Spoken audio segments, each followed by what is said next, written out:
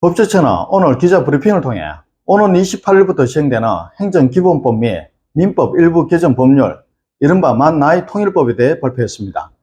자세한 내용 들어보시겠습니다. 안녕하십니까. 법제처장 이완규입니다. 오늘 28일부터 시행되는 행정기본법 및 민법 일부 개정 법률, 이른바 만 나이 통일법에 대해서 말씀드리겠습니다. 만 나이 통일은 법적, 사회적 나이 계산법에 따라서 발생하는 여러 가지 혼선과 분쟁을 해소하기 위해서 추진한 윤석열 정부의 국정과제 중 하나입니다. 만 나이 통일법에서는 특별한 규정이 없으면 행정민사상 나이는 만 나이로 계산하고 표시하도록 규정하여 생활 속 만 나이 사용 원칙을 명확히 했습니다. 생활 속 만 나이 원칙을 법률로 명확히 했다는 데 의미가 있습니다.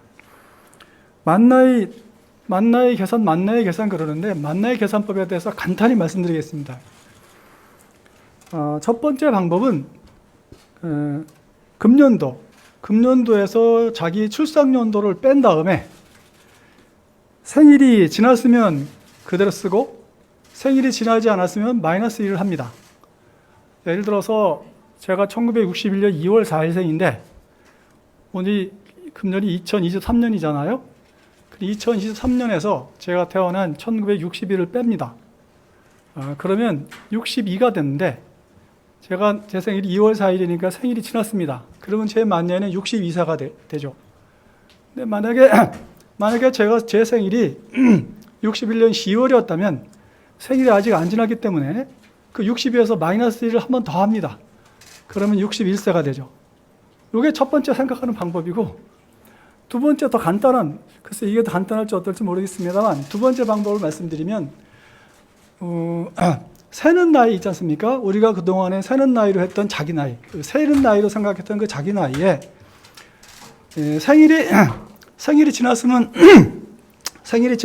마이너스 1을 하고 생일이 안 지났으면 마이너스 2를 합니다.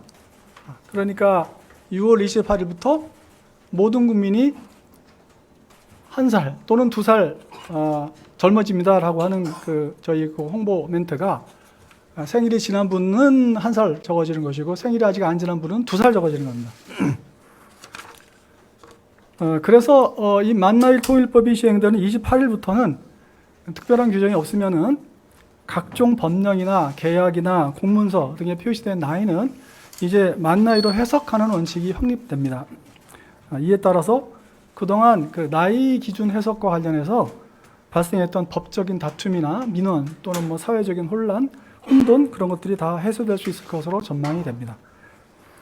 지난해 9월에 법제처가 국민 의견 조사를 실시했는데요.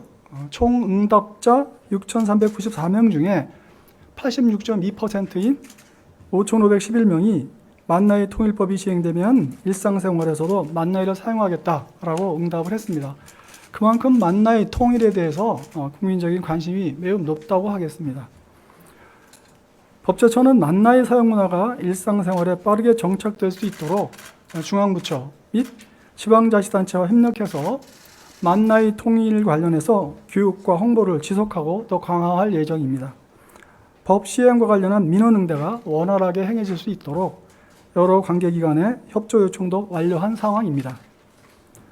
이제 만 나이 통일법에 따른 만 나이 사용은 국제적인 표준인 만 나이로 통일하여 그동안 나이 기준 혼용으로 인해서 불필요하게 발생했던 사회적 비용을 크게 절감하는 효과가 예상이 됩니다. 아울러 만 나이는 태어난 날을 기준으로 개인이 실제 살아온 시간을 보다 정확하게 반영하는 합리적인 나이 계산법입니다. 일상생활에서도 만 나이를 사용함으로써 나이에 관한 사회적 인식이 전환되는 계기가 되기를 기대합니다.